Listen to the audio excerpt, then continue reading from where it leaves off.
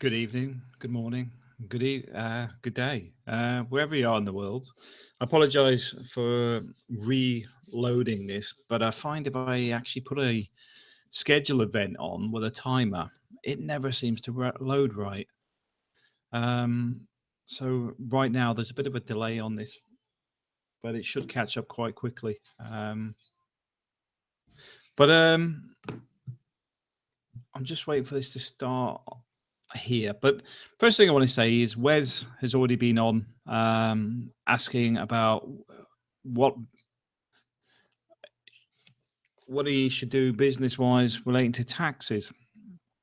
Now, if you're on your pension or whatever, then I would have a chat with a tax accountant relating where you are because you may find that you're already below the tax threshold anyway. But if you're um, like myself, where I already hit the 40% tax bracket in the UK, it's much, much better to give all the business to your wife, girlfriend, whatever, and just relate all the tax information to that. Doesn't mean you lose control of it. Doesn't mean you can't control the bank accounts. Doesn't mean you can't have a lot of input on the business.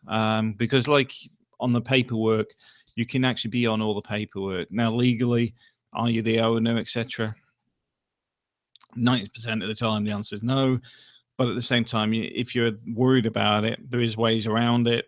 But I'm not going to advise people what's legal, what's not, because a lot of it is grey areas. Because they assume it's 100%, but it's a bit like a friend of mine where his wife sold the business. He was then left with the debt, even though the business wasn't even his on paper. So you've got to be aware that even in that circumstance, it was a case of he had to get a lawyer to show that the debt wasn't his. Nothing was his problem because he was basically just an employee there in some form. So yeah, it's but from the tax side, I do recommend that if you're overpaying tax like myself, that you simply put it to your partner. Um, because the thing with that is you may have to, well, you will have to pay taxes in the Philippines, etc., but it also means you can put expenses on there and other costs, which if you're setting up in the Philippines, you're going to have a fair bit of costs that side of the water anyway. So yeah, I would recommend putting it in your partner's name, setting it up with your partner, keeping it all separate from yourself so that you have no tax liabilities in your home country. But I do know, like Spain, US, they like to tax you globally. The UK is pretty much taxed within the UK, but they're changing that. Well, they're always chasing people for money. The bizarre thing is the billionaires hang around in Monaco, not paying anything. I mean, I'm not getting into the old British home stores and old Green disappearing with all the money, but there's a prime example. Now, somebody else brought up about laundry business.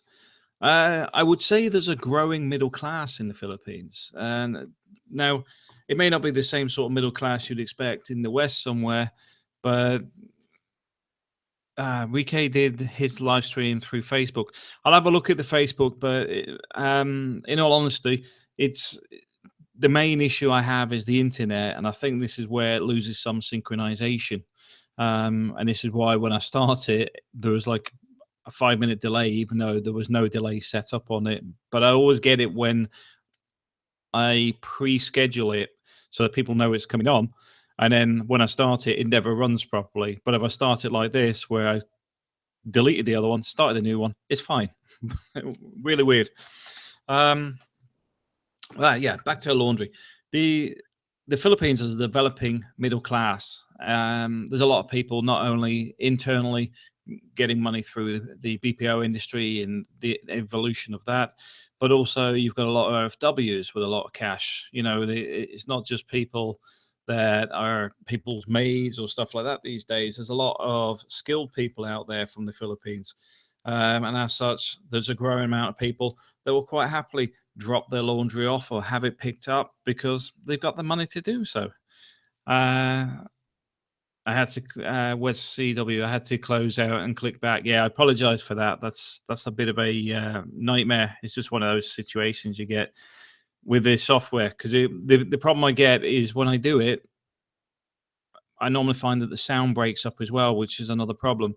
But hey ho, it's just one of those things. Not a lot I can do about it. It's just the internet I'm stuck with. I called about some broad cable today, 50 meg cable, but it's not in the area. They just go, there's only Movie Star in your area, only Movie Star.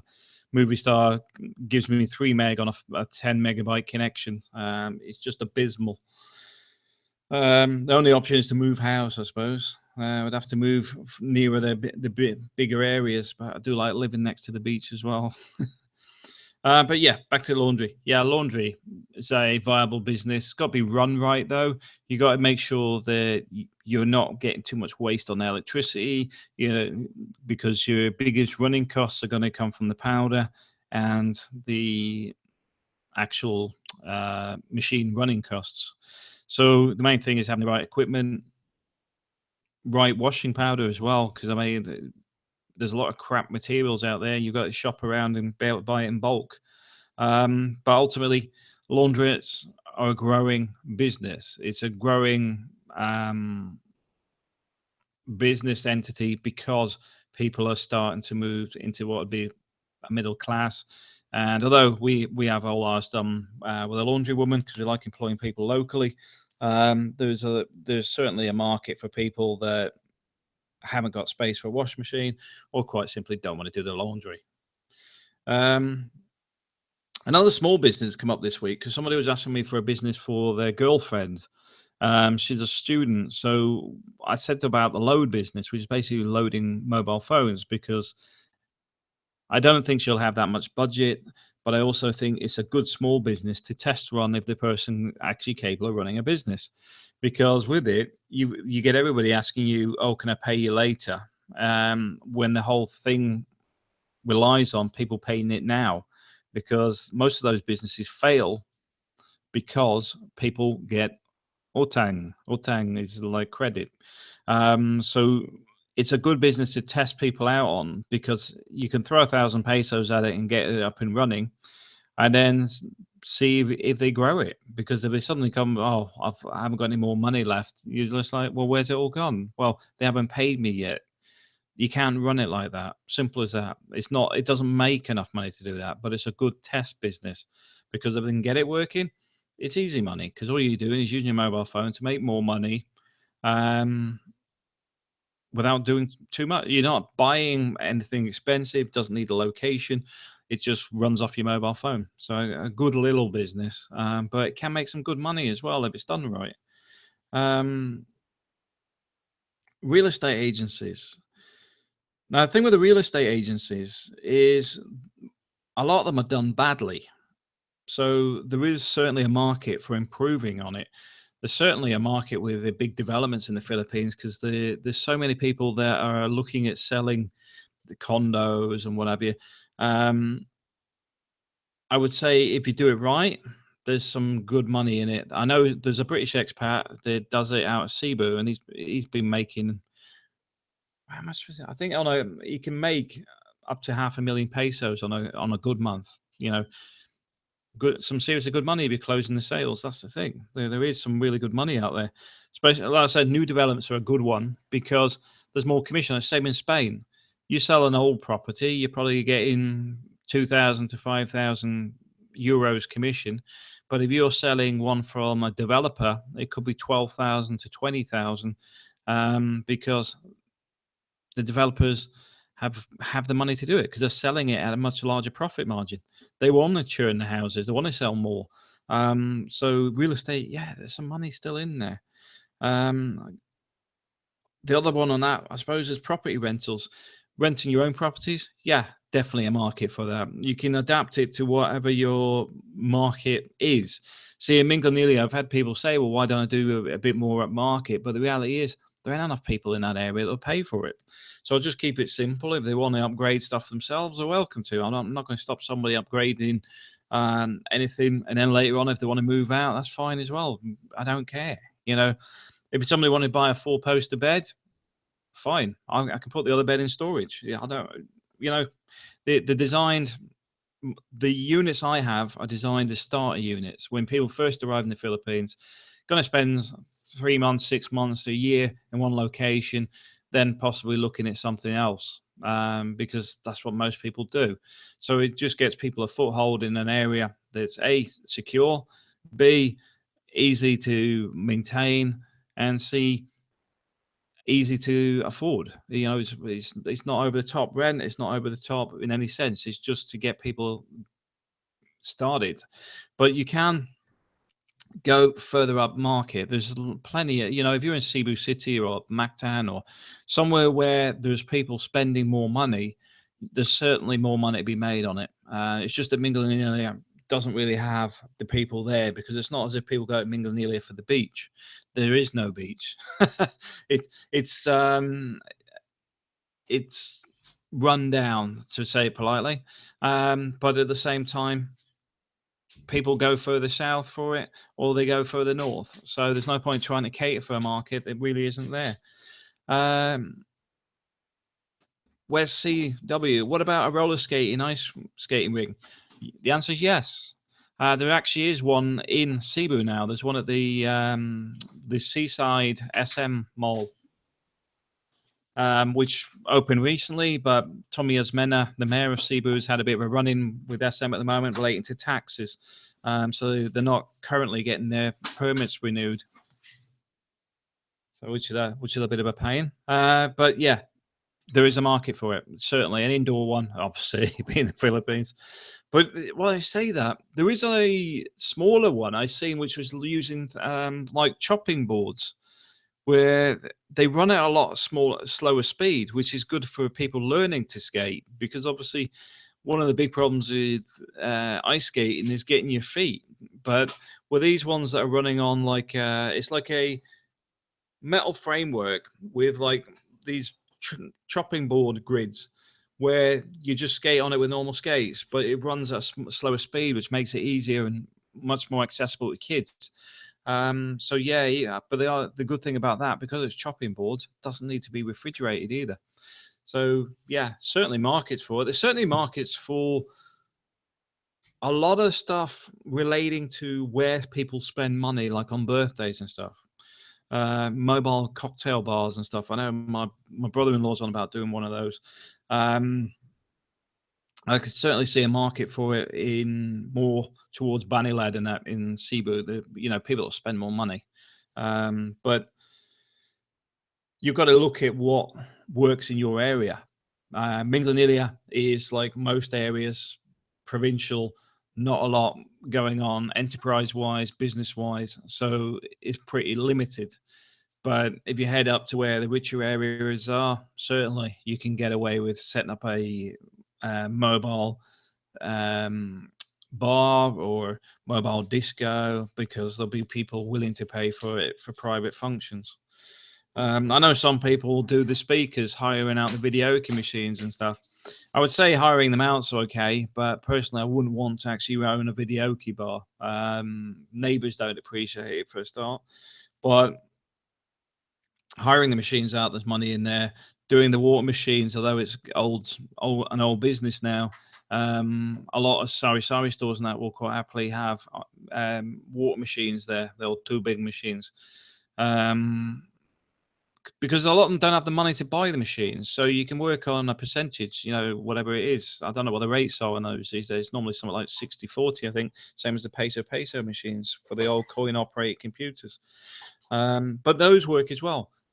Putting coin-operated computers in other places and then just maintaining them and updating them with the latest software and stuff. That's a very simple business where you just need to start off a multi-cab and a few machines to get you going, and then obviously the profit margins more in their favor because they have the running costs of the electric, but still good money, because once you paid for the machines, you're getting the money on a daily basis. I know a friend of mine does quite well from Ashanti area in Cebu. I think he's on the North Reclamation, because he doesn't live there. That's where his machines are. But you can get, say, 200 pesos a machine. no problem.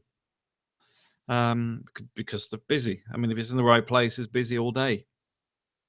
Oh, one of the things I forgot about the properties, going back to property rentals, you can also rent other people's properties out. Um, a lot of properties in the Philippines aren't advertised well. So you could actually deal with an entire area, just advertising, keeping things up to date, and renting all the properties out, managing properties. And there's a lot of stuff in subdivisions where people own properties and nobody's living there. I mean, it's a bit like here in La Mata. There's a lot of market there for people that quite simply own the property but aren't there. So there's a whole property management side to it. Property renovations. There's a lot of properties you can buy at the right price because, quite simply, when people have got no money, they sell. They'll sell cheap. They'll sell stupidly cheap. You can buy it, renovate it, and sell it on. The big thing I always found a problem in the Philippines is when you actually try to be reasonable with people. You try to give them a good deal, and then they turn around and try and offer a stupid. It goes for, like, say a car's or a car's worth 100,000. So you say, "Oh, I'm interested in a car." So yeah, I'll sell it for 190,000 because you're interested, and you're just like, no, I'm not interested. Then 6 months later, they have a family emergency. Do you want to buy it? So, well, if you'd asked me earlier, yeah, but now I've spent my money, I'll give you 50,000. Okay, well, they need the cash, and they do it. Like I said, there is money in it. There is money certainly in properties. I know somebody that actually flips properties on a regular basis because they make a living doing it. They just buy properties that haven't been looked after properly, renovate them, and sell them on. Not difficult to do. West CW brought out potable water filling stations. Yes, they're portable portable water filling stations, because obviously there's potable water and portable. Yeah, the portable ones, they're two big machines. Yeah, there's good money in those. You've got to chase them though. You've got to have a lot of them out there. You've got to go around and do the collections regular. You've got to keep on top of it. Having a full-blown water station where you're providing water for entire neighborhoods is also a good one, but you would expect to probably spend 250,000 pesos on it, and the actual water bottles can be quite expensive, because yeah, ATM, automatic two big machines. Yeah, the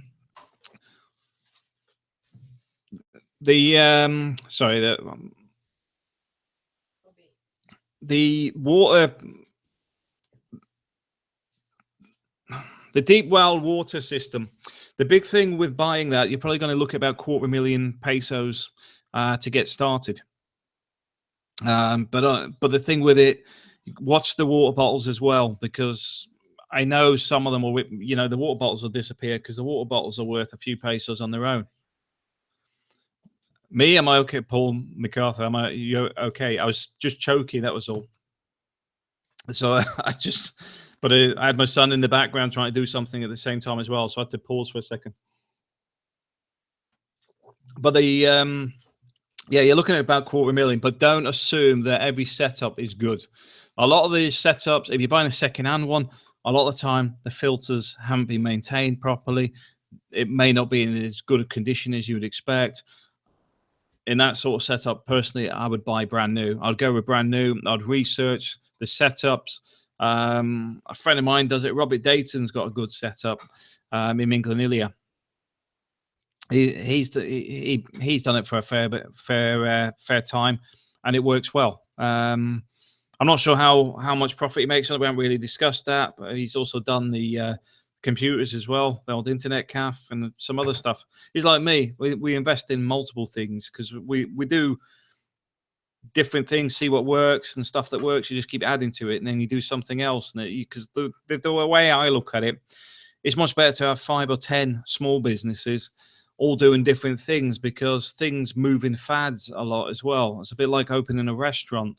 For the first 6 months, it could be busy. Then somebody else opens something new, and then suddenly you're starting to trail off because you're no longer the new business.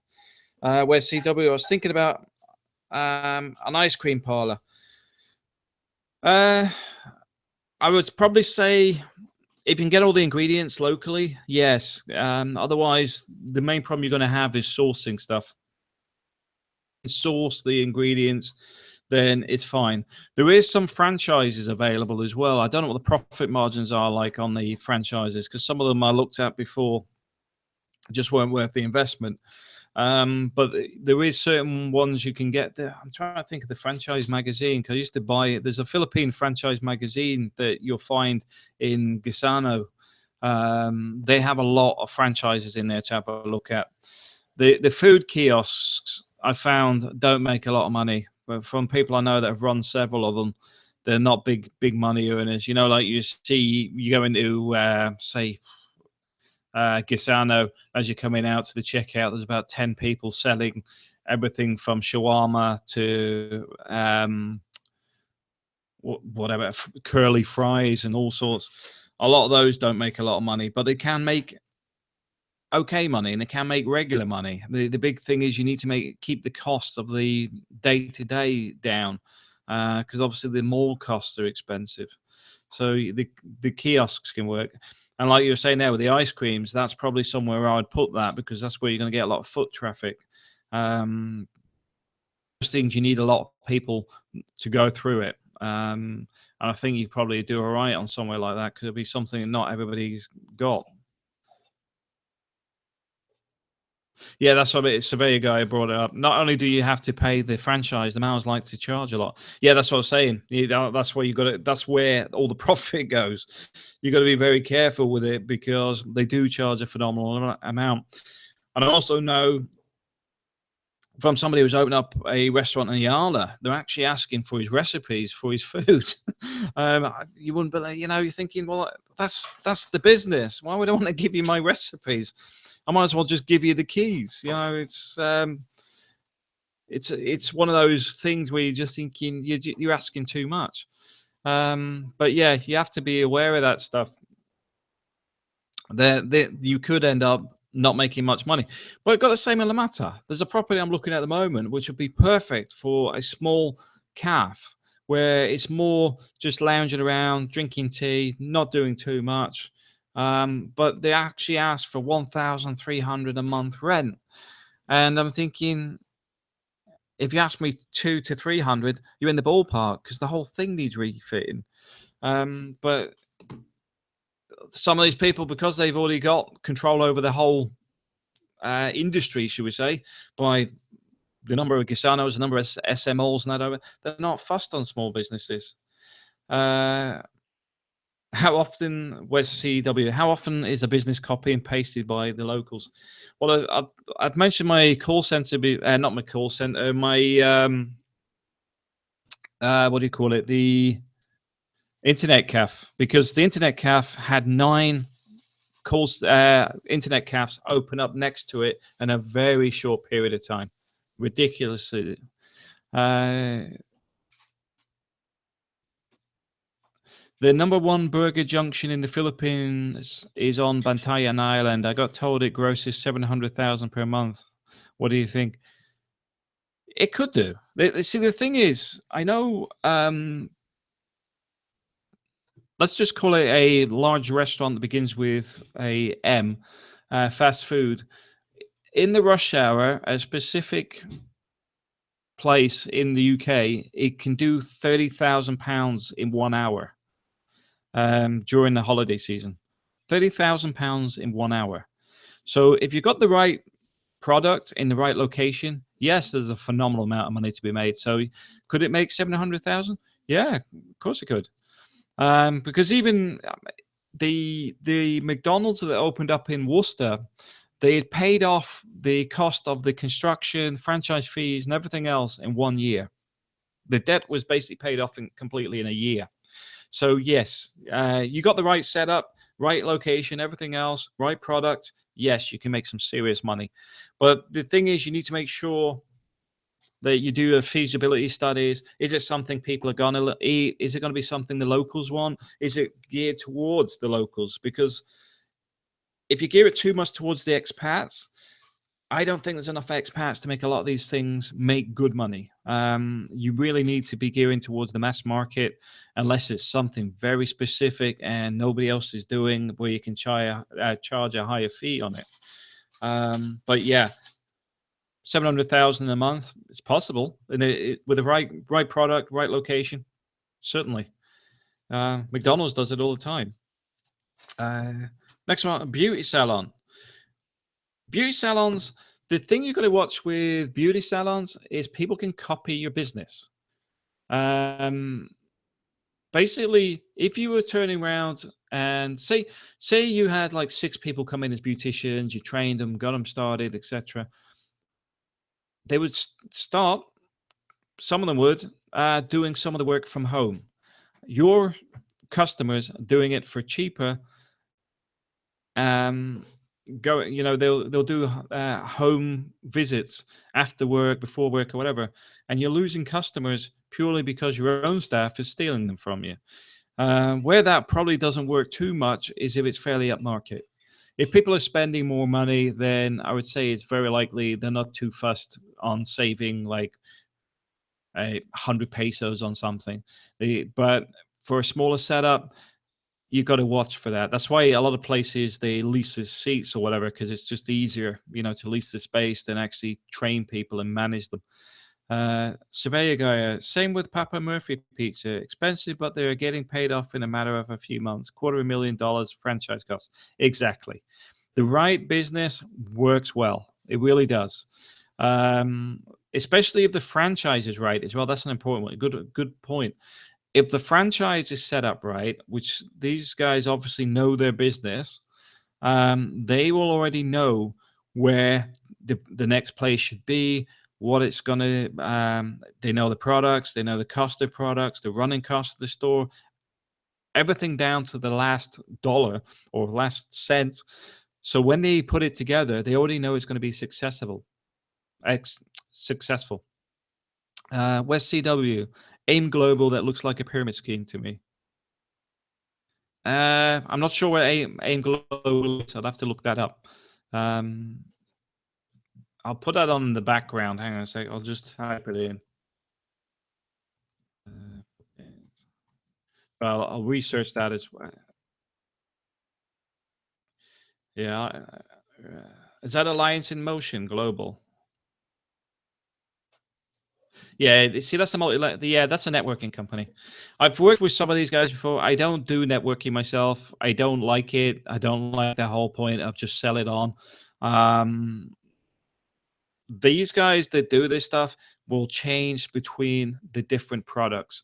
For example, say this week it's some sort of pyramid scheme, and I say pyramid scheme because that's exactly what 90% of these are. Other people are. It's not that. It's a network. It's like, yeah, but it still ends up the same because it relies on people coming in underneath you to keep the whole thing functioning. So yeah, it does not function very well long term. All these things fail at some point, and this is why they move from one product to another, to a different brand. It's vitamins this month. Next month, it's some other product. Yeah, the networking. I got caught out a while back with mobile phone load. I thought the business was actually legit and a lot was actually doing more than it should have done. It was supposed to simplify our load business, but in the end, it was just a waste of money because they're like, oh, yeah, but the big money is you're selling it to other people. I'm like, I'm not interested in that. I just wanted a good load business. But it was just crap. It was losing money. It was and the whole system was obsolete and they weren't going to upgrade it. Just crazy stuff. But yeah, I'd avoid networking. If you're not into networking, avoid it. If you're into networking, then I know you're just going to say, well, it's worked for me, but it's yeah, it may work for you, but I don't like it. um a gym is also something that could work. You need to look at the area, but also the equipment. One of the big problems you get is gym equipment can be expensive in the Philippines. That's why you'll see in the cheaper businesses that they make a lot of the stuff locally. You'll see the weight benches have been welded together, but locally, because the cost of the equipment is way overpriced. There must be a way around that, and this is why it helps to network first. If you can network with people who can get stuff into the country for you, then you can get your gym equipment in and do a proper gym. Because there's money in it. Let's face it. In the Philippines, people eat too much salty food, too much pork, too much what do you call it? Too much fatty foods in general. So health is a issue. And I can see as the Philippines becomes more westernized, it's going to have to deal with its weight on a bigger scale as well. In that case, Harold, do you think call centers from American companies will be shut down by Trump? I think with Trump, I think you have to just wait and see what he does. I think he's on about doing it, but if I was Trump, I would just tax them more. That's the easiest option. Just punish them for doing it. No point shutting them down. You just want to charge them more because then they'll go home anyway. But actually forcing them to close down, it's a difficult one to actually monitor. Because it's okay if you know which companies are operating where. You'd have to monitor the networks, know what percentage is being done. Also, what if it's a case of they're just doing the back office paperwork and stuff? It's a whole broad thing in there. Surveyor Gayer, good money in the gym idea. Big diabetes problems in the PIA, and they get $20 per month US dollars. I pay less in America, and I get pool, sauna, etc. Yeah, I agree. I was paying. I think my gym membership was. I think it was 1,000 or 1,500 a month, and it was just one floor. There wasn't a lot of equipment in it. 9 times out of 10, the running machines were broke. There was like 5 running machines, but they looked like they were already obsolete 5 years ago. There's not. It's all. I mean, I understand the frustration of setting these places up because they struggle to get the gear. And if they do get the right gear, they ain't going to get the money back on it. So it's a strange one. But the odd thing is, China's only over the 2.5 hours flight away, 3 hours flight away. Yet you can't get the gear from it. It's bizarre. It's just the way they've set the country up. And yet you find there's other people bringing in whatever they like, including imports that they sell, and they don't pay taxes on any of it. All depending where you sit in the Philippines tree. I suppose the next one would be employed versus self-employed. My personal view on this, I'm a performance payer. I do not like having staff that are worked on based on hours. I don't like staff that are worked on simply they turn up and they think that's it. I'm more performance related pay.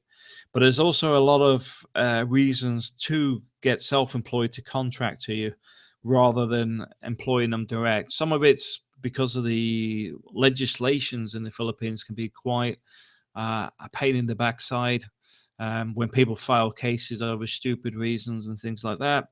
But obviously, if they're self-employed, they're not employed, so it's not a problem. Also, the social security and stuff, you can get them to pay their own social security. You can get them to deal with their own taxes and stuff. You get them to set up as like a equivalent of a sole trader, and then they work for you as contractors. I find that work best. And I know from a friend of mine, after he received a tax bill for some employees that simply just wouldn't even fill the paperwork in, all they had to do was bring in the receipts and didn't bother. He sacked them for it because they were employees. They were getting paid good money, but they had to bring in expenses to justify their high salaries, because it was to offset some of the tax. They didn't even bother. They just had any receipts. As long as they had any receipts, it would have been fine. And they had like 3 or 4 months to do it, didn't do it. So he just said, that's his last employees as far as I'm aware. He doesn't employ people direct anymore. It's just not worth the headaches. Now, I know there's a lot to do relating to how to set a business up, And I will say a lot of it is easier dealing with the local mayors because getting all your permits and stuff done is much easier on a local basis. If you've got a good relationship with the mayors, it's a lot of things that can be a problem for somebody else. You're wondering why they had any issues. Um, like with a, let's just say, the internet cafe, you can have the police raid it looking for Microsoft licensing. You can have the fire officer come and shut it down. You can have it shut down for not having a mayor's permit, sanitary permit. They can be quite difficult if you upset the wrong person. Um, I've never had any of these problems. Even when we set the call center up, we're the only one in the area. They had to go and work out how they wanted it set up, but they were happy that we were employing people in the area. I mean, we created jobs for 45 people. So it's all about relationships, and that's what a lot of people forget in the Philippines. Having good relationships with the people that control everything, and they do control everything. It, you have the right relationships. You don't have any headaches. Doesn't mean you have to give them your books and showing them how you make your money, what you make, how much you spend, whatever. They want to know is that you're not upsetting them, they're not upsetting you. That's why bars can be a bit of a problem. There's I think it was a Cadillac Cafe where the um what's his name, the mayor's son was drunk in there and got thrown out into the street, and basically it changed owners very rapidly after that. um that's why I'm not a fan of opening a bar. I think it's too much headaches. There's too many things that can go on that are out of your control. I like to keep it simple, keep it within businesses that are easy to control, aren't going to have ego headaches and stuff like that, which can occur. Bars is one of those ones where you can have all sorts of things happen, from people dealing drugs on the premises to prostitution to falling out with the mayor. To rivals attacking each other in there. It's just not worth the headache. What about a juice bar? Yeah, the juice bars can work. I would also say that a lot of these milkshake type things as well, they do quite well. I'm not sure what the profit margins are in them, but they certainly sell a lot. In places like Gisano and that, where you're going near the door and selling it. But I do wonder if some of these places, if you set up near there, because there's a lot of premises have got like small businesses that don't really make a lot of money. Um, but you could actually turn around and talk to these people about opening a business in their premises and stuff. Yeah, I think there's a market for that. If it's West CW, a juice bar where there's no alcohol and nobody being stupid. Yeah, because the clients are more civil. They instantly, anybody who goes to a juicing bar is not going to be somebody that's going to be the sort of person that looking for a fight or doing some. It's more laid back. It's more a trend type thing. I mean, the thing is, you could revolve it around music or something else. I'm sure there'll be a market for it. Because the Philippines is developing, it's catching up with other countries. So yeah, I would say there's opportunities there. Latter Rains is sewing for donations count as a business? Not in my world. I am not a fan of donations where people are pushing it, either for their own benefit, or 100% where the money went, or the fact that I mean, myself, I'm not a fan of charities because it's become an enterprise. It's no longer a help somebody. It's help myself. I hate it. I really do. And it's sad. It's sad it's got to that point, because I like doing things for people. I do a lot of stuff quietly and don't need it to be plastered all over YouTube and stuff.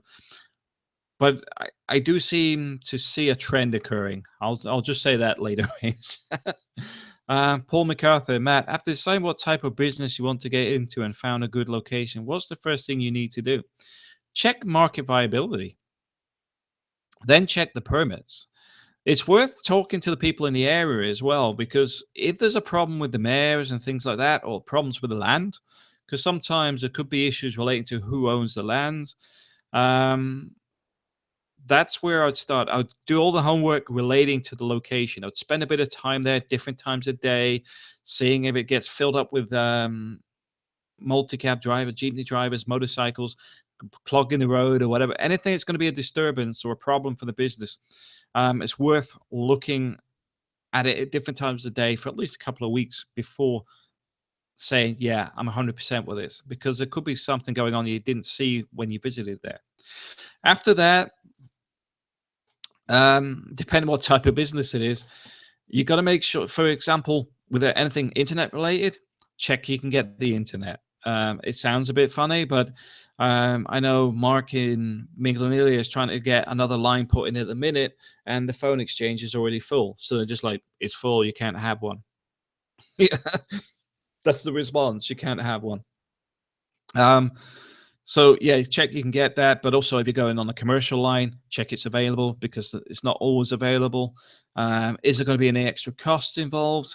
For example, if you're going to get something run in there, and the post for the electric or the water or what, whatever it is 2 streets away, you may have to pay to get that brought to you. Otherwise, you just go, no, you can't have it. A lot of time you can pay for it. I've paid for electric post. I paid for electric internet post, telephone post. Sorry, I've also paid for water meters, electric meters. You can buy all this stuff, because that's normally the stumbling block when they're going no. You say, well, how much is it going to cost? What do I need to do to make this work? Because there's a solution there always. With the electric meters, be aware if anybody's tapped into it. There was a bar that got caught out in Cebu because the previous owner had around the back of the electrics to bypass it, so they didn't pay for the electrics. That ended up with basically the electric company I think it was 300,000 pesos. Otherwise, they weren't switching the electric back on, and it ended up stuck on generators for however long. I mean, it wasn't somewhere I used. It was just something I knew about the electric issues.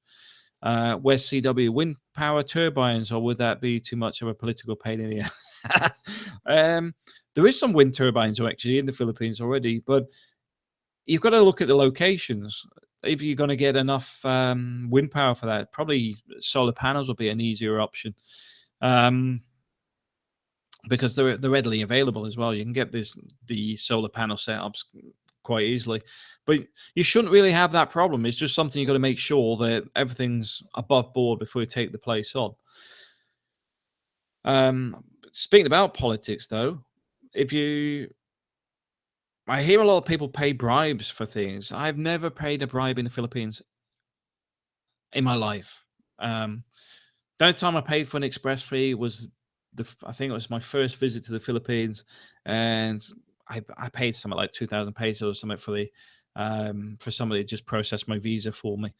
But it was a cheap prosecutor, so I can't really complain. But at the same time, that's about it. I wouldn't actually pay police or anybody else any bribes, because let's be honest, if you're a small business, they're not really going to be interested in you. You're not making enough money for them to take an interest. I know I mentioned the computer company before, but that computer company is making a lot of money. It was when they start seeing the amount of stuff coming in through customs that they start having little dollar signs in their eyes. Up until that point, nobody's going to bother with you. So yeah, the first thing is, got the location, make sure you can get all the materials you need. Not only the materials for setting up, for example, maybe you need ovens, maybe you need pizza making equipment, but also what about things like dough? What about EPOS, your electronic point of sale? What about anything related to the business that could become a problem later on? For example, if you're relying on bread making, where's the dough coming from? Is there other ingredients that are like there one month and not the next? Trying to source the stuff locally. Well, as you get bigger, some of these suppliers try to put the price up, not down. It's just something logical locally. It's like when you go to the supermarkets and sometimes you'll see things like coffee. You buy the big container, it's more expensive than the small one per gram. Why? It doesn't make any sense. You're buying more, but that happens in the Philippines. It's just well, you can afford to pay more. You're rich. It's like sense, because I'm paying more, but I'm also buying more in one go. Why does that seem logical to assume I should pay more because I bought more from you? That's the sort of things that can be a pain. Logistics can be a pain. If you're relying on certain stuff coming from specific places, what have you got in place to cover? For example, if you had, say, a delivery truck that delivers your soft drinks, what happens when it breaks down on a Friday and you need your stuff delivered? How are you going to cover that? And I think that's the thing. You've got to sit and work out all the different risks you've got there and sit and go, right, if that does happen, where can I get a truck from to get that delivery on Friday, not the following Friday? You've got to work out all the little things that can go wrong, where it can go wrong. One of the big problems is staff. You'll get a lot of staff that will steal. You get a lot of staff that won't come into work because it's raining. You'll get staff that will steal from the cash register or whatever, or other stuff. It's surprising how people come up with some of these ideas. You've got to keep on top of it. The way I see business is quite simply, you just got to not trust anybody. At the end of the day, it's your bread and butter. It's your business. It's something you're not doing it as a hobby. You're doing it as a business. So it shouldn't be so readily available for people to rob you because you feel that you should trust them. Trust is something that's earned. It shouldn't be given as a guarantee. That then people then abuse it, and then you go, well, I shouldn't have trusted them. Don't trust them to start with. Let them earn the trust. Paul MacArthur, when business has been running, and do you advise that foreigners not work at the business or just watch from a distance? In all honesty, a lot of the time it's just not worth the expat working in the business, or foreigner. I should say foreigner because it could be anybody. Because anybody is not Filipino. Because I do. Because obviously even in the newspapers they call people from South Korea and India or whatever foreigners.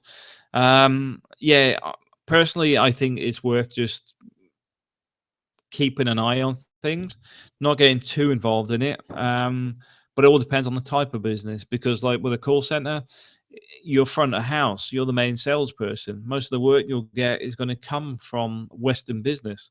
So you're the person that the business comes through in the first place. It's like when we do the call center, I deal with the Western side and my wife deals with the staff. Because a lot of the staff don't fully understand. So I'll say it to my wife. My wife then goes and explains it to them in terms that they could understand and make, simplified or less complex, also in the local dialect. So yeah, I would say you've got to keep involved with it, but you're there more of a consultant role. Don't see the point of getting too involved with it. You just need to make sure that you make sure the money's tallied up, you make sure nothing's going missing, things are looked after, and deal with things that you need to. Because at the end of the day, depending on the size of business, if you're running it as a manager sort of thing, then obviously you're involved in it. But as an owner, if you're getting a manager in there, you should be just dealing with the manager and keeping an eye on things because otherwise it undermines what they're doing. So it's much better to just keep an eye on things like if it's a food, you come in, probably a couple of times a day at random points, so they have no idea what time you're coming in. But at the same time, you're looking for, has the floor been mopped? Are the bins empty? Is there any issues? Doing spot checks on the cash register, that sort of stuff. But at the same time, if there's something wrong, you have a quiet word for the manager because that's their job. They're supposed to be dealing with that. You're supposed to give them a bit of grief because they haven't done it.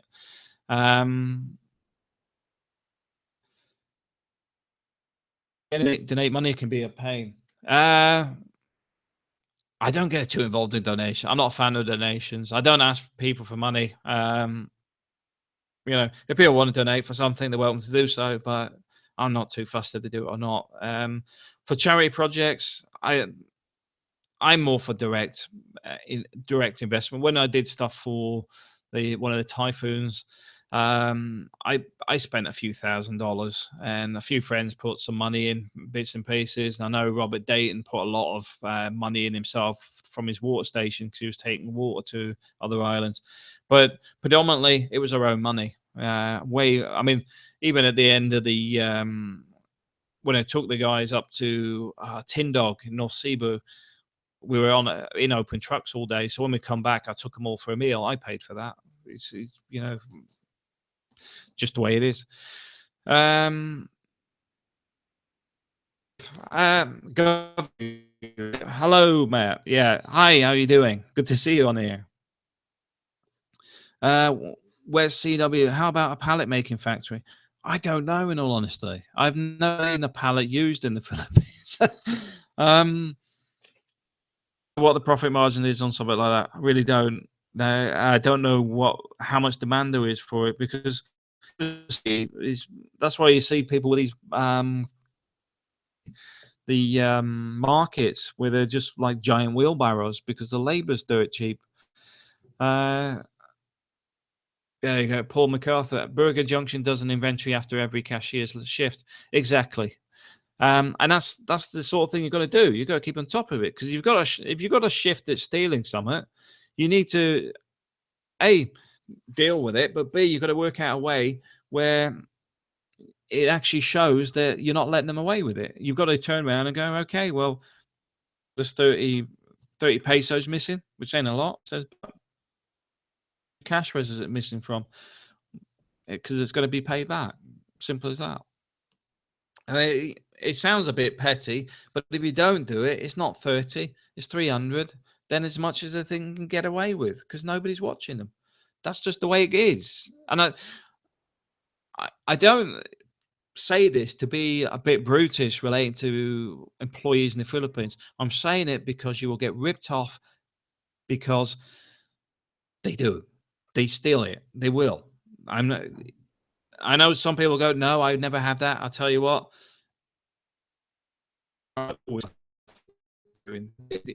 Whether it's toilet paper, even somebody stealing the toilet paper every time they go to the toilet to take it home. It could be anything. You've got to keep on top of it. But once you do keep on top of it, you're not going to have as many problems, because if you got the people doing what they're told to do, expected to do, they know exactly what you're expecting, etc. You cut down on the risks. Later says desperate people do desperate things. Exactly, but also sometimes it's family manipulating them. So they could be the person, but at the same time they've got a mother, an aunt, or whatever in the background saying, "Oh, we need this, we need that," and because the other relatives are desperate, it's because they've got their entire family stealing wherever they can. So you just got to be very, very careful and on top of it, because if you don't, they will whip you off. Somebody will do it. And I tell you what, there's nothing worse than trusting somebody and then finding out they've been stealing off you for months. So you might as well prevent it at day one, and then later on, if you trust them, they've developed it over time, but they also know that you're checking up. They know you're not missing a thing, and that will cut down on the risks for you. And then you've got a better relationship. But also, one of the things a friend of mine was telling me about, because they set up a call center from India. He was actually over in the Philippines from India setting it up. Is they were training people and then they were just quitting and going to somewhere else. There's a lot of people that do that. I've had people do it before that have wanted to get a job at my call center, and like I mainly want experienced guys, but I do train people. But the whole point with me is they get a basic, but then they've got to be earning money as well. They get a couple of weeks to get into the role, but at the same time, they're not going to be sat there for 3 months training or whatever. But some of these other call centers, I know some of these guys have been there just for the training period, but they just get paid to turn up, etc. And they're quite happily doing it, because a lot of the time it's not about them actually making money either. It's about their family knows that they're out of the house because they must be looking for work or something. It's surprising when you hear this stuff going on, because you think they'd be more interested in making an income. It's more to do with they're not out partying. They'd rather they were actually out working somewhere. So I mean, it's like when we had all the t-shirts, mate. All our guys have got polo shirts, with a black polo shirt with a red phone on it, with the company logo. When they all took them home, the parents and that was like, oh. And these ain't kids, by the way. These are all adults. Their parents are like, oh, so you do really have a job. It was just bizarre. um, Paul MacArthur. It happens everywhere. I had an employee bring in their own hot dogs, cooking them, and then selling them to my customers in the UK. Exactly. And this is why you've got to go in there with these people are employees, and separating your friendship to outside of the business. Because it's like with my call center, what I had is like if we had a brownout, or it was like we finished the shift like 8 o'clock in the morning, I would give them free beer, because we own the store anyway. My mother-in-law owns the store, so we would give the guys free beer. I'll buy them beer at the end of the shift. So that's me going from work mode back into being a person, normal person, where treat people as friends. But at the same time, during work mode, completely different, because you've got to focus on the business. I'm chasing leads, making sure everybody's doing their job, etc., and constantly keeping things flowing. Going in there, making sure everybody's on the ball. You've got to. I mean, in the call center, it's not a case of people stealing too much, unless it's lead generation. Then you've got to check every lead that goes through, because you'll get somebody do something stupid. If you're doing credit card processing, make it multi-tiered, so not one person has control of the whole thing, because they'll do something like run a ream of credit cards through that they shouldn't do, and then the whole thing goes pear-shaped rather rapidly. Where's CW? Did you hire anyone, or did the height and age discrimination? For me, we hired a lot of people. Like I said, we had 45 people in total, and I hire anybody. If you wanted to work in the call center, because we have a set of people that are experienced salespeople, and then we have people from anywhere. And what I do is I sit a newbie between two people that are experienced, and they pick it up quite rapidly, because the people sat either side of them sell like no tomorrow. So the whole point is, in no time, they're at the same level. I don't put pressure on people. I know, at the end of the day, if they sell, that's what I say. I put a basic pay, and then the rest is commission. I've had sales agents make 30,000 pesos in a week on commission. I'm happy with that, because I've made good money off them. So I'm not complaining. I'll pay people what they're worth. If somebody doesn't sell that week and go home with a basic, I'm not going to beat them about it, because at the end of the day, they know they didn't sell. At the same time, they'll spend a bit of coaching time with two of my managers to go over it with them. What is going wrong. They'll go through their recordings. They'll go through the whole thing, going through where they're going wrong. What are they do? What is breaking down? What's not working? And they'll get there. Every person that worked for me can work in any call center in Cebu, because people know the call center. They know the sales. 6 of my guys were selling as much as 40 people in another call center. That's the reality of it, because the client is asking, how the hell do you convert that much compared to our center? Because we sell differently. We're more laid back. If you hit 3 sales in a day, you can go to sleep. I don't care. Once you've hit your target, you can rest. At the end of the day, that's how I work. Performance related pay, simple as that. Surveyor guy, I was a manager of a few departments at Sykes. We hired anyone. I said no, someone from HR may override me. Yeah. See, the funny thing is, they always ask we want graduates. I don't know what graduates has got to do with half these jobs. It doesn't make them any better as a salesperson or anything else. I think to be on the phone all day, it's a personality thing. It's something you either love or loathe. I don't think having a diploma makes any difference. Where CW, like the mall stores, would hire young and tall. Yeah, I remember reading an advert for a casino in Cebu. They actually said, I think it was 25. Was it 25? I think it was 25 to 30. Must be a certain height and pleasing to the eye. That was the actual description in the newspaper. And I just thought that was so funny. I could imagine doing that in the UK just for a joke. that would have so much hate mail. It'd be hysterical. But yeah, you've got to be pleasing to the eye. So you can't just be young and tall. You have to be pleasing to the eye as well. If you're not pleasing to the eye, you ain't welcome. um, what's that? Yeah, my wife said, yeah, that's true. Yeah. Yeah, pleasing personality as well. Just tick all the boxes. You tick all the boxes, you can come in. And then they stick you on a 3-month contract or whatever because they don't want you moving out the trial period. So they keep hiring and firing. So they get the churn to keep them on temporary contracts. And I suppose it's under minimum wage as well. So, yeah, I'm not saying which supermarkets do it, but we know which ones they are. But the business opportunities are certainly there in the Philippines. I'll tell you that now. The best way I found to run it is to have multiple things because you'll get something work well. And I never found a business that didn't make money. I made money on all of them.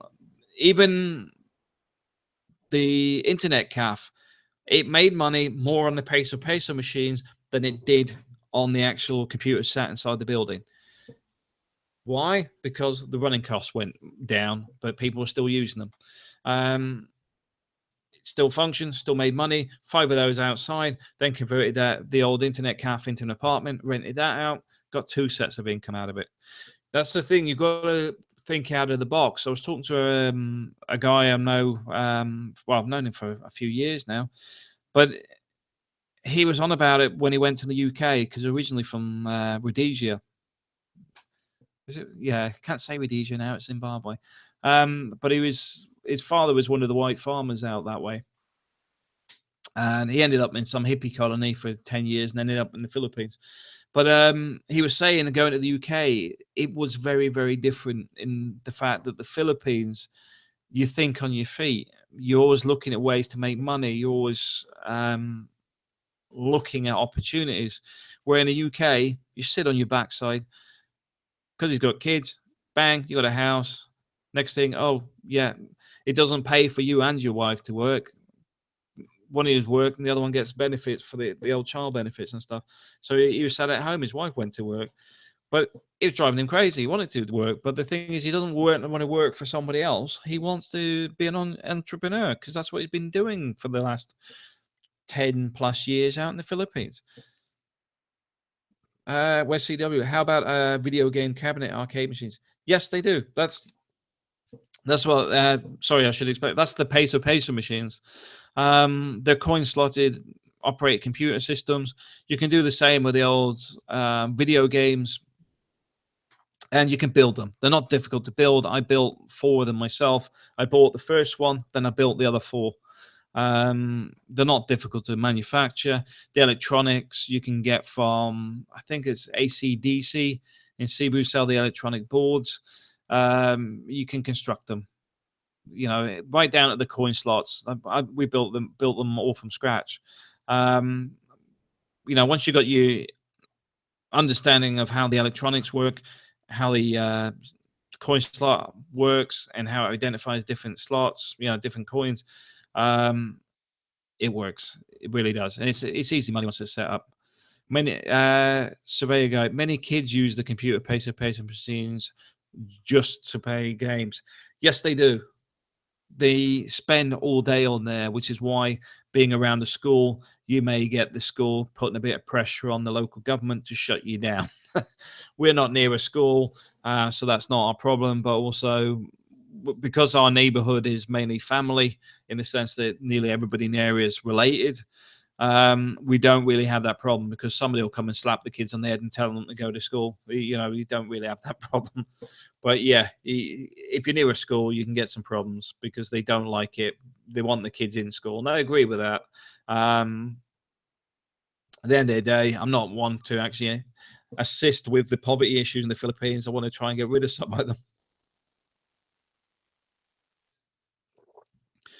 Um, but yeah, peso machines easy to build, not difficult at all. Computer equipment, there's a lot more stuff available now. I used to get secondhand Korean machines, and then when we got the call center going, I started buying everything new.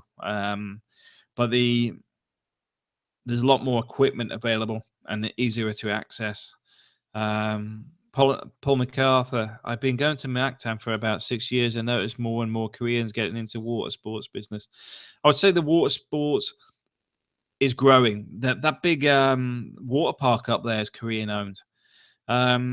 See, the thing is, the Koreans spend a lot more money. I know we used to do these expat trips off the top of Mactan to go to island hopping, and the Koreans will come in and pay a ridiculous amount. The Koreans and Japanese will pay a lot more for the boats because you hire an entire banker. The banker is the boat, um, and we'd hire it for like 3,000-4,000 pesos for the whole lot. But you'll get the Koreans paying 3,000 or 4,000 per person. And you can see why you struggle to get you've been going there for the last couple of years, no problem. Then suddenly you can't get any boats because the Koreans are paying way over what you are willing to pay. West CW, what about converting the 220 line to 110 being an electrician? Are you on about the whole electrics for the building? Yes, you can do that. I would say you'd need to. Yeah, it's possible. I'm just there is stuff on the web about this already. There's been a few Americans do it already. I'd search around on the old Google because there's people that have already gone through all the equipment they paid for. So I would say use Google because converting it's not a problem. You can also get a lot of the transformers and stuff in the malls. I know Gisano's got them, and I'm sure places like Ace Hardware and that will have them as well.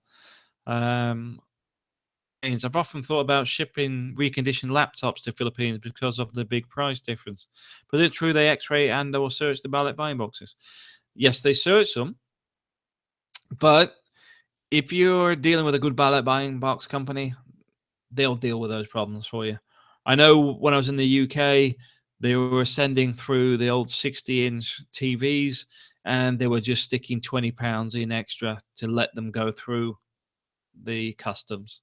Um, I'm not saying which company it was, but yeah, they will deal with those problems for you. It's not really a big issue if the palms are being greased, then they already have agreed to it, and you're not going to get too many problems. Paul MacArthur, I think a Korean guy owns J Park, 1,500 pesos for lunch, and it's full of Koreans. Exactly, they'll pay it, but also I find Koreans, um, will they don't mind paying it. It's not a lot of money to them. Letter rates, who do you pay? The ballot buying company. They deal with it. They already have the people on their route that goes through customs. Because you've got to bear in mind, they're dealing with boxes on a regular basis. So they've already got boxes in Manila or wherever that are stuck there, and they're already greasing the palms there. So they already know what the customs guys want. So when you send yours, they already know how much money they need to give them so that they just let it through. But it's the ballot buying companies. The ballot buying companies will sort that for you. You just need to speak to the owners of them. But yeah, I've never had any problems with getting anything through with ballot buying boxes. They will just let you pay a little bit extra to get rid of that problem because they know that if it gets stopped, it's a problem. You could chance it and see if it goes through, or just grease some palms, and it's guaranteed to go through with no headaches. There's been people send farm machinery and other what was that? Oh, thermal printers and stuff. They've gone through because they're pretty expensive. I mean, I think I'm trying to. I think it was $6,000 a unit, and they were going through. The guy just just smoothed the way. Let's just put it that way. It depends on where you are, where CW, which is the best ballot buying box delivery service. Depends where you are, because different companies run from different locations. Because I've only sent them from the UK, so I can't speak from the American side. Because obviously I don't send any boxes from there, or Australia, I don't send any. But a lot of people sell LBC, but I don't think LBC work in that same way. It's the smaller ones that are the ones that are more likely to assist you because they do it for a lot more people.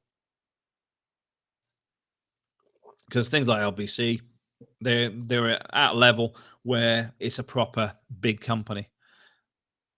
Yeah, that's it. LBC is the main one. Yeah, LBC is a proper company.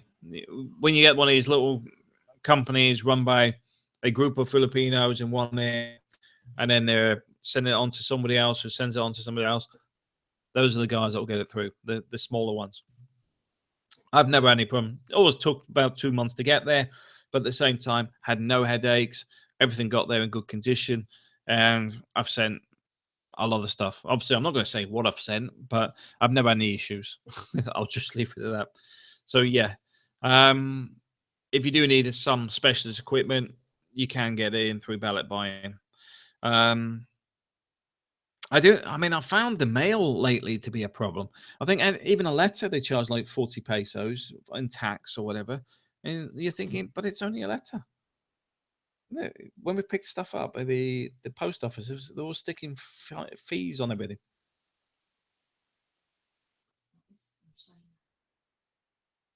No, no, stuff my mother sent over has been the same. And she sent over like stuff for the kids, and they've stuck. I mean, the thing is, like dolls and things like that, and they still stuck tax on it. That's why I like these smaller ones because they seem to get through things through no problems. West CW, I got a couple of T-shirts through Phil Post from my beautiful fiance. Yeah, the mail system's okay, but I say the problem is when you send it through Phil Post. I've had some. They stick these like 40 pesos tax or whatever on it, and it's like, but I never used to pay that. I never had anything taxed up until the last few years. Before that, it was fine because we were getting stuff all the time. Because I get mail and stuff from the UK, but in the last few years they've been sticking a tax on anything. I'd say up until Ninoy, I wasn't paying any tax on anything coming through the post. Um, yeah, that's it. West CW, but that was going out of the Philippines. Exactly. Yeah, I'm saying when you send it in, it's a bit like the tax they put on people picking up money from Western Union. What's that all about? When these people earned that money, it's already been paid for. They paid for it when they got taxed. It got taxed at source. It's they pay fees to send the money, and then the Philippines charges them for people picking it up. Crazy. Is there any other topics anybody wants to talk about? Because we're just getting on. We've got 4 minutes to. I think we've been on live for about an hour. Then, um, anything anybody wants to cover?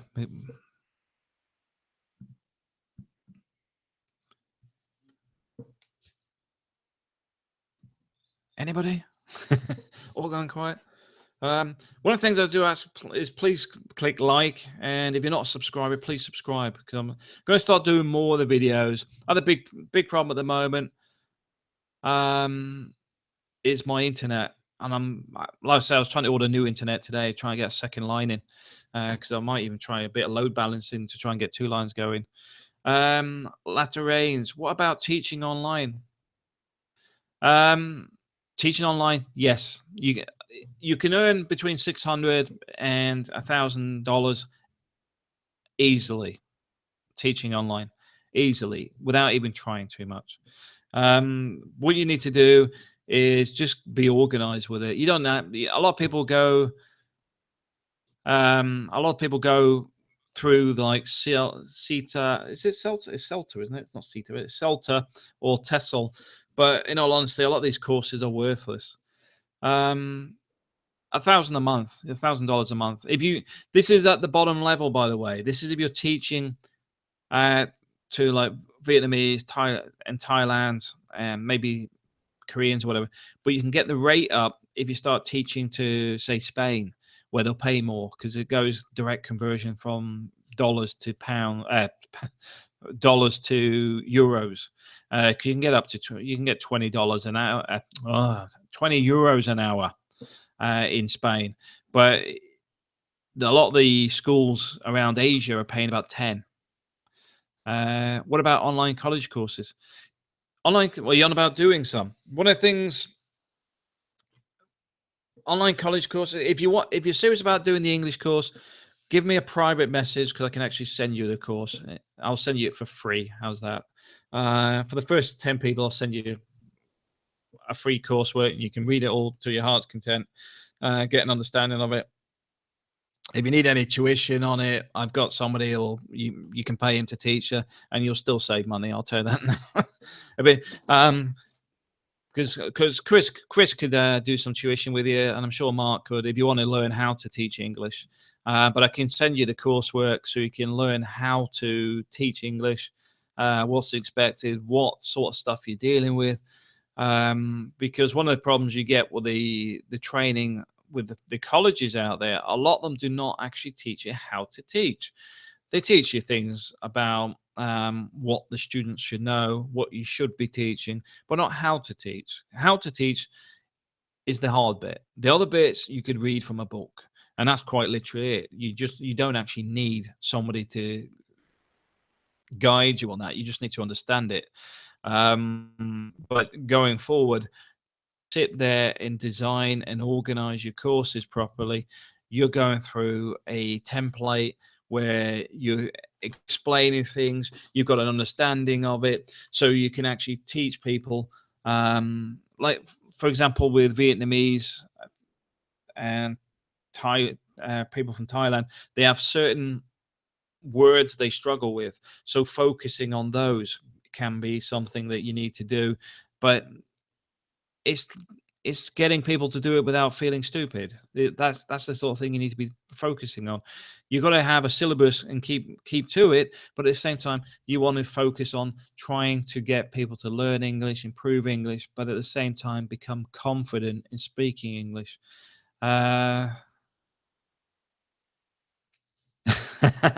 Letter Rains, you have one thumbs down now. I guess it's either JLB or PB here now. It's either one of those. Yeah, somebody thumbs down at every single video, pretty much. Yeah, I just can't be bothered with it, in all honesty, and I think that's what hurts some people's feelings. West CW mentioned that JLB hates you. Hates you. Yeah, of course he does. I know he does. All because you get banned on Facebook. I didn't even ban him. I just unfriended him because he was just going off tangent. But yeah, I'll leave them to it. I mean, I know if PV's just had his other channel shut down, but why would you upload another channel? This is my personal opinion. I stress that. Why would you upload exactly the same content that was removed from another channel? I don't think YouTube are just going to go, okay, yeah, you can upload it again. We won't notice it, because the thing is, the stuff that has been offensive the first time around, it's still going to be offensive the second time around. JLB, I don't even know what's going on with him lately. I know I've seen some of the videos, and I'm just like, I don't know what's going on with him. Letter A. If I was a 60-year-old receptionist, I'd be yeah. In all honesty, I have no problem with whatever work he chooses to do, but at the same time, I can't see why he needs to attack people on a regular basis for stuff he hasn't even done himself. Expats in the Philippines have done it. They've achieved it. They've been there. They're sharing their experiences. They're sharing their knowledge. They don't always have to be right, because that's the whole point. Because a lot of people learn from other people's mistakes. It's having the ability to actually say, yeah, it went wrong. Well, it's like me the other day with the van broke down. I stuck it on YouTube. The van broke down. So what? That's life. But the thing is, you can't really grumble at these people. But this is another thing about the business is that now getting back on tangent. Um, the thing is, you will find a lack of information on people that failed in business. They do not talk about it too much, and often, if you do know something that they were running and you bring it up, there will always be an excuse behind it. 9 times out of 10. Uh, so there you go. Your web pages, you got 2 pages aren't working. I'll have a look at those. It's probably something I need to update because the big thing with me, I'm so busy at the moment. It's ridiculous. But yeah, I'll fix those. Sorry about that. West CW, can you chat about your piggery? We had the piggery back in 2007, 2008. The big problem with the piggery, and honestly, is too labor intensive. We had 30 pigs at one time, and it was just too much work. Keeping the pigs cool, dealing with all the sanitation issues related with the pigs, keeping them clean, dealing with the vet. The vet fees are quite expensive. You also, if you get a bad stock, the first stock were good. The second stock, the pigs were eating but weren't gaining weight. So they were a lot more expensive because they're eating a lot more, but actually not actually gaining any weight. Still made a profit on them, but not a great profit. We also had 1 month where the food price went up 30%. So from that point of view, a piggery can be a risky business. I know some people say, "Oh, we've got large piggeries," but you can run a larger risk. Um, I would say you with a piggery, you're better off either just dealing with the piglets, so you sell them on, and so you get a quick turnaround on that, or you're doing it from birth to the old chopper. Get them on, because you'll lose about. I think we were losing 60% of the profit went to the butchers as well. So if you can kill them yourself and take them from birth, then there's a bigger profit margin. But also, if you actually start doing cured meats, flavored sausages, and all that sort of stuff, then you can get into a whole market that has good money in it. But doing what the locals do, profit margins just weren't worth the hassle. Yeah, it's just a headache. I mean, it made money, but don't get me wrong, but it just didn't make enough money for the amount of time we invested in it. West CW, how about hydroponics farming? Hydroponics does work. Yes, there's a girl in Cebu. She does it pretty well. I think she's been in the newspaper and stuff. We met with her. We got our original setup with her. She's done pretty well on it. But also, you've got to remember, it's not just doing the hydroponics. It's selling the whole concept. It's selling on hydroponic systems. That's where the money is. Doing all the treatment, the setup for the initial setup. There's money in that. That's good money. That's where the good money is. Bolly, Kappa, Maytime. If I get people's names wrong, by the way, it's because I haven't got my glasses on. I can't read half this stuff. That's why I have to pause. I live here in California. Born in the fields. Can we send a car, washing machine, etc., shipped in the containers as expats plan to retire in the fields? Do we have special exemption from tax? I would say you would need to contact the customs about that, because cars are often notoriously expensive for importing. That's why they cut them up, because they cut them up to send them in as parts rather than a full-blown vehicle due to the heavy tax duty on it. So I would say just speak to the customs guys. But the washing machine and stuff, not an issue. The car will be the biggest headache because of the way they've set up the tax system. I can't remember what the tax duty is, but it's not cheap. Often it's worth more. If it's a second-hand vehicle, the taxes probably can be worth more than the vehicle is. No joke. Latter range. Better is soft shell crab hatchery, for a lack of a better word. Yeah, there's a lot of stuff. Sea cucumber works well. Sea cucumber you can mix with, I think it's prawns work well with them because the one eats the algae or the other or something. I covered all this stuff a while back, but I haven't been done it for a while. Um, but as later in says, works because it's very labor intensive. But yeah, there is money in it. I mean, I know with there was stuff off the whole relating to diving as well. But the problem is I think it was Japanese that were doing it. They were paying for the divers to go down there, but they were getting the bends because they were putting them on normal air compressors. So when they were coming up, they were getting the bends from it, and it scared a lot of the people off actually diving. Because they're going down with like the airline you'd have at a garage, that crazy. But yeah, it was killing people. So, but at the same time, there's a lot of money in the Philippines if it's set up right. That's for sure. The other thing with anything water related is you just go watch for things like typhoons. Because I know some people that lost their entire food stock, fish stock, during typhoon seasons that just wiped them out completely. But yeah, there's certainly money in it. Um, any other questions? Because we're getting on a bit, I'm going to cut it off there. If unless anybody's got anything else. Uh, Multicapa Maytime. What can you say about Kaka, Cebu, Okano, Cebu for retirement? Is it safe there? Um, the mayor in Kaka seems okay, although he did a falling out with the last mayor. There was some issues related to what was going on conversation wise, but I think Kaka is okay. Um, yeah, I mean, yeah, I'd say Kaka's fine. It's a bit dusty in there, though. I mean, I do find Kaka a bit just dusty in the town part. Okano, I haven't been there.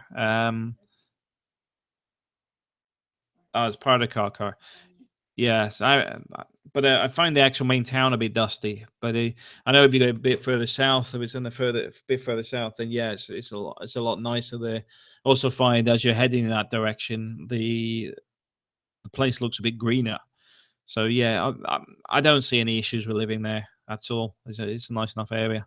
And the main things you want to check out though is access to good hospitals and things like that. How long is it going to take in an emergency to get to your nearest emergency hospital? Um, but beyond that, I think Carcar's got everything else already. Where's CW? Should expats get diver certification? Um, I could probably find out somebody who can help you with that if you're interested. I've got some friends that actually dive regularly in Cebu. It's worth doing it just for the sake of doing it. Because one of the things I do recommend is getting some of the proper training. And now I'm not trying to knock the Philippines in that sense, but I do find that the safety levels are a bit higher in the West on a lot of things. So actually getting your certification and training, you'll have a more methodical way of doing it. So I would say, yeah, do it. Do it because I'll tell you what, you can go diving in the Philippines. I know friends that own their own boat. They go as a group, they share the ownership of the boat, and they have a fantastic time doing it. But for myself, for peace of mind, I would get my diver certification in the West before I went because then I 100% knowing that I've learned everything and it's been trained in the right way. And yeah, I'll be happier with it that way. Paul MacArthur, Scott Ingram said last night, "There's no money to make in the Philippines." Uh, there's enough people with businesses in the Philippines. I'll leave it at that. The end of the day, I made money there. I've made money where the point that it's paid for buildings and things in the Philippines. We've got ongoing money. We're still making money in the Philippines. I think it all depends what business you're doing, as we talked about earlier, how much you're hands on with it, how much switched on you are about making the business work, where can you invest in it? Was that just a small business or can you develop it into something else? If it's one business and it's only got a profit margin of say 10,000 a month, then you need to be making money elsewhere. Is it worth expanding it out or is it worth getting something else you can do as well? That's the reality of it. There is money there. A lot of the businesses revolve around the fact that they have limited income, in the sense that you will get a business that functions, it makes money, but there's limitations to that you can earn on one business. You may have do an eatery, but you're better off with 5. That's the reality. It's just the way the local market is. You can only adapt to what the business can cope with and what people are willing to pay. At the end of the day, that's why a lot of businesses are cheap to start, because the earning potential isn't fantastic a lot of the time, but it's regular money. And that's the key to it. It's regular money. So you can develop it. And that's why I know when Jay's just joined us, Real Deal. When he heads back to the Philippines, I know his venture will take off. But also Real Deal's venture with the bar, with Andy's bar, we're helping him set up that's running, that's operational, that's making money. The pizza restaurant that Wendell was involved with in Real Deal, that's still operational, sold to somebody else, it's still open. What's that say? They're all making money. You don't do it for the love of it, you do it for the money. So yeah, there's money to be made. Of course there is. West CW, when are you returning to the Philippines? We're going back this year. Right now, we're in the last processes of dealing with immigration here. I'm just waiting for some more work contracts to come in, because I'm either going to have to look at the work contracts kicking in big style in the UK to make some serious money, or I'm going to have to start developing some more stuff to make money, to fund going back to the Philippines. We got regular income. At the end of the day, we've got regular income in the Philippines. We've got regular money in the UK.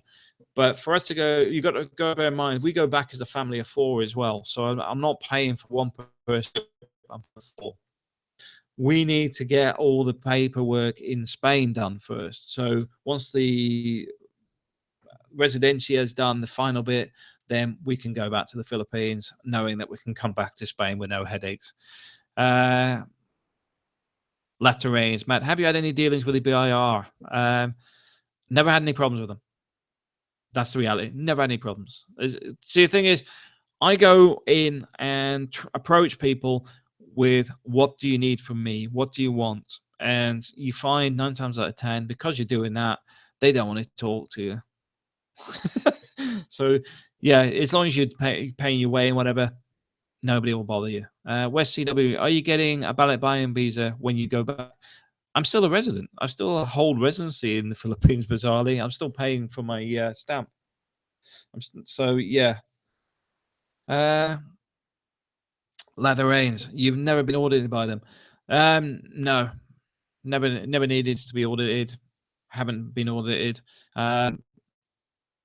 But yeah, see, all our business is based, because everything's inside our own buildings. So they're not classed as a large entity, so they're not really that. They don't see it as anything too much to get involved with. Yeah, so that's. Hey guys, I'm gonna cut it off now. It's been great having everybody on, and thanks for everybody joining. And hope everybody has a great evening, good morning, or good afternoon. Take care.